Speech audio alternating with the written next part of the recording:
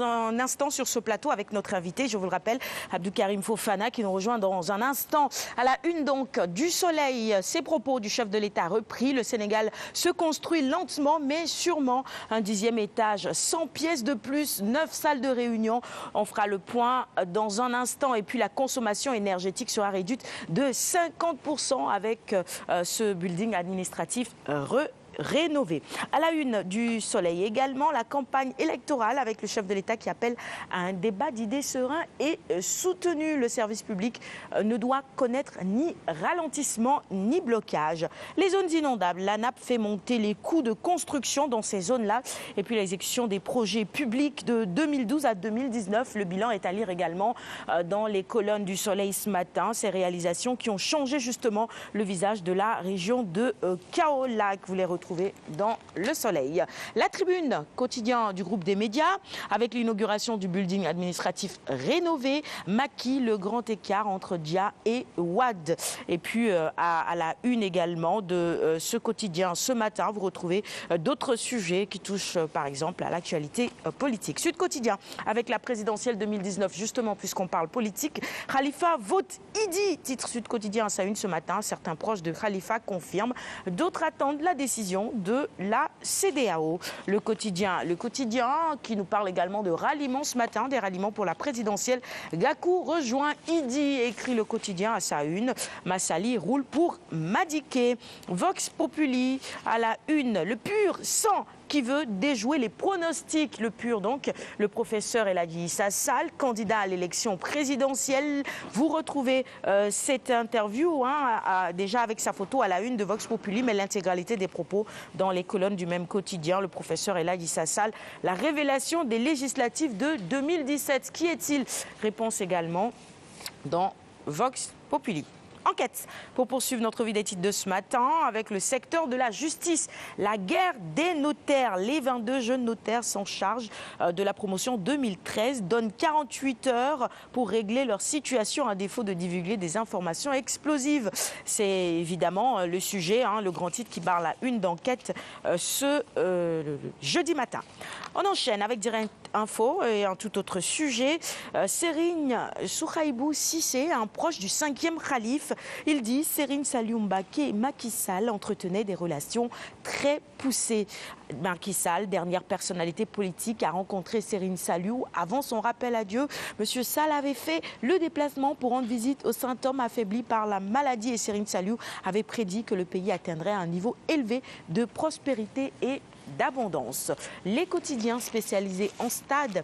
On va commencer avec stade, en sport plutôt, on va commencer avec stade et la Premier League, la 24e journée est de 10 pour Sadio Mané. Les grosses stats du Lion à Anfield pour la 7e fois, il atteint 10 buts en championnat. C'est une bonne chose pour notre Sadio. Et puis le mercato des Lions qui se poursuit également avec Idrissa Gana Gueye. PSG ou le Big Four anglais, la question reste posée. On en saura sûrement davantage dans quelques jours. Allez, on va poursuivre avec record. Sénégal-Madagascar, retenez la date, c'est le 23 mars. Ce sera au stade Lat Dior que se jouera ce match. Lat Dior de Thiès, bon voilà. C'est pas mauvais, coach Tandara. On déplace le match en région, bon, pourquoi pas. On ne parle pas du stade Lat Dior de la Médina, ou bien d'une autre localité, mais de Thiès. Ouais, bon. Voilà. C'est déjà arrivé ça, qu'on déplace des matchs internationaux. Oui, à Ziguinchor. Ziguinchor, l'équipe nationale a joué à Ziguinchor, c'était sous l'ère Bokandé, un certain Sénégal-Tunisie. D'accord. Et là, il faut aussi accueillir un match de l'équipe nationale du Sénégal, mais ça, il faut remonter très loin. Quand même. Ah oui, à l'époque, un Sénégal-Maroc. On parlait de la chaleur de Kaolack pour terrasser les Marocains, mais je crois qu'on avait beaucoup plus souffert que les Marocains. C'est ça, c'est ça. Bon, espérons que le stade Lat Dior de Thiès nous portera chance et qu'on va s'imposer face au Madagascar. Si on organisait ce match à Saint-Louis, pourquoi pas. Ah, voyez-vous. Mais il faut que le stade soit aux normes internationales. Peut-être que c'est cela aussi. Bon. Il faut l'homologation par, je crois, la CAF ou bien la FIFA pour qu'on puisse y recevoir des matchs. Je pense que ce sera fait, Inch'Allah. Mais pourquoi pas Léopold Sédar Senghor? Coach, tu sais pourquoi? Oui, bon, ça c'est décentralisé un tout petit peu. Décentralisé, d'accord. Et puis la pelouse, elle est impraticable. On ne peut pas y jouer un match quand même international. À l'heure actuelle, il faut vraiment refaire toute la pelouse du stade Léopold Sédar Senghor qui a été plus qu'utilisée, surtout avec les navétanes. Est-ce qu'il y a lieu de parler de navétanes maintenant? Des navétanes qui jouent leur phase zonale au mois de février, ça pose problème. Et après les phases zonales, il y aura les départementales, je ne sais quoi encore, les régionales, la fameuse Ligue des champions des navétanes. Finalement, ça devient n'importe quoi. Et nos infrastructures sportives en souffrent.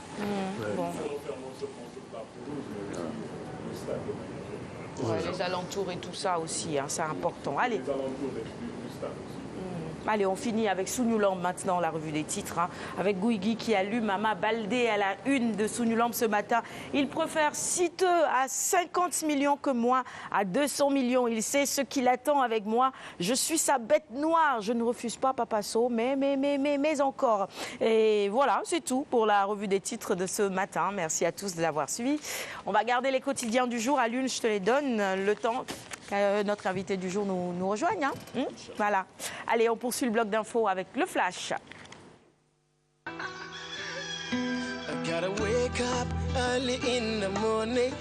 6h42, c'est René qui nous présente les titres de l'actualité. Bonjour René. Bonjour Sarah, bonjour mesdames et messieurs. Merci de nous recevoir pour cette édition de la matinale à la une de l'actualité.